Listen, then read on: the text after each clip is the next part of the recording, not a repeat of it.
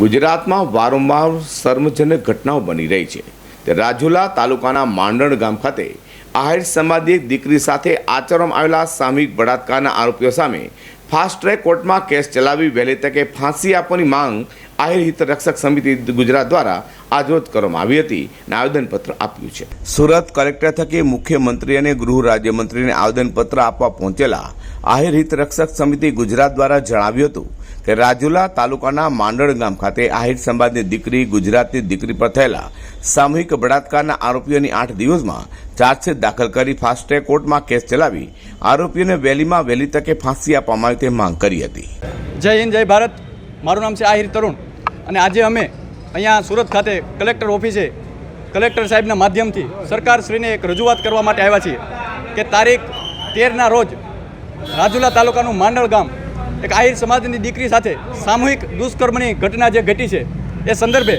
વહેલીમાં વહેલી તકે આમ તો FIR થઈ ગઈ છે અને 5 નરાધમો જે છે અત્યારે હાલ એ કસ્ટડીની અંદર છે, પરંતુ સરકાર એવા કંઈક કઠોર પગલાં લે જેથી કરી અને આવનારા દિવસોની અંદર એક પણ દીકરી ગુજરાતની અંદર આમાં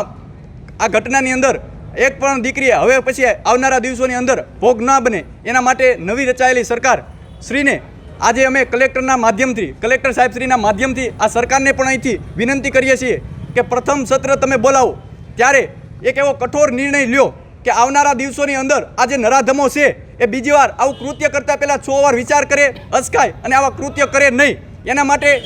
પ્રથમ સત્રની અંદર જ કંઈક એવો કઠોર પગલાં લઈ અને સરેઆમ આને ફાંસીની સજા તમામ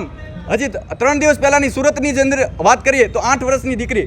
હજી તો ઉગતી હતી ત્યાં ફૂલડા જેવી દીકરી ઉપર નરાધમોએ દુષ્કર્મ કરી અને દીકરીને મારી નાખવામાં આવી। એ પહેલાંની વાત કરીએ તો જંત્રાખડીની અંદર 8 વર્ષની દીકરી જેની ઉપર આવા નરાધમોએ દુષ્કર્મ કરી જેમને કોથળાની અંદર ભરી મારી કોથળાની અંદર ભરી અને ફેંકી દીધી હતી। તો આવા જે નરાધમો છે આવું કૃત્ય કરતાં પહેલાં અચકાતા શા માટે નથી? કારણ કે ક્યાંક ને ક્યાંક આજે હું 2021થી 22ની વાત કરું તો ગુજરાતની અંદર 3770 કેસ આજે ગુજરાતની અંદર 1 વર્ષની અંદર બળાત્કારમાં થયા છે।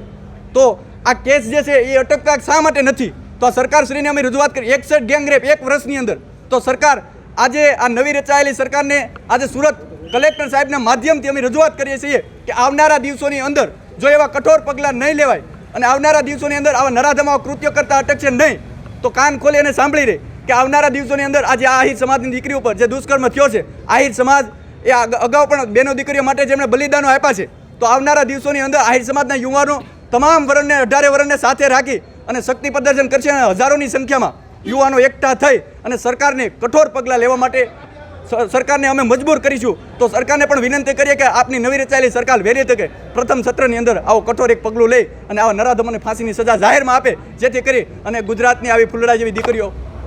મૃત્યુ પામતી અટકે અને આવા નરાધમોના ભોગથી આવી દીકરીઓ બસે। વધુમાં આહિર હિત રક્ષક સમિતિ ગુજરાત દ્વારા ચીમકી આપતા એમ પણ જણાવ્યું હતું કે આહિર સમાજની દીકરી પર થયેલા અન્યાય અને અત્યાચાર પર વહેલી તકે ન્યાય નહીં મળે તો આવનાર દિવસોમાં ગુજરાત આહિર સમાજના યુવાનો અન્ય સમાજના સંગઠનોને સાથે રાખી ઉગ્ર આંદોલન પણ કરશે। અઝર કુર્સી સાથે પ્રકાશવાળા।